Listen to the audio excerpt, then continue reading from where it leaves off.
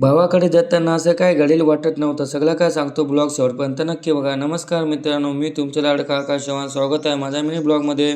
आज सकाळी अचानक माझ्या भावाचा फोन आला. तो म्हणाला रूमवर आहे. मग काय, मी लगेच तयार झालो आणि त्याच्याकडे निघालो. मी स्टेशनवर गेलो, तिकीट काढलो आणि थोड्याच वेळात ट्रेन आली. ट्रेनमध्ये बसलो आणि प्रवास सुरू झाला. ट्रेन जोरात धावत होती आणि प्रवास खूप छान वाटत होता. स्टेशनवर उतरलो, भावाचा फोन आला. तो म्हणाला इथे साईटवर काम चालू आहे, इकडे ये. मग मी लगेच साईटकडे निघालो. साईटवर पोचलो तर काम जोरात चालू होतं. सगळे आपले कामात व्यस्त होते. बघून खूप छान वाटलं. थोड्याच वेळात भाऊ मला घ्यायला आला. आम्ही गाडीवरून रूमकडे निघालो. रूमवर पोचलो तर छोटं बाळ खाली बसलं होतं. वहिनी स्वयंपाक बनवत होती. घरात खूप छान वातावरण होतं. मग आम्ही सगळे बसून थोड्या गप्पा मारलो.